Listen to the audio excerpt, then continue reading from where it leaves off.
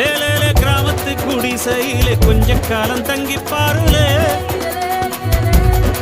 கூரையின் ஓட்டை வீரி செல்வழி நட்சத்திரம் எண்டி பாருளே கூவும் செல்போனின் நச்சரிப்பை அணைத்து கொஞ்சம் செல்வண்ணின் உச்சரிப்பை கேட்போ வெறும் காலில் செருப்பின்று நடந்து மண்ணோடு பேசிக்கொண்டு போவோம் மழலைகள் ஆவோ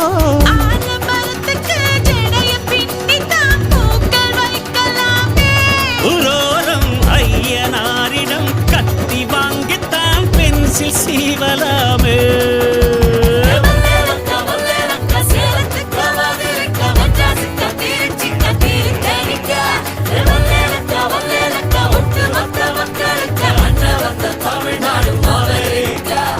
காவிரி யாரும் கை குத்தல் அரிசியும்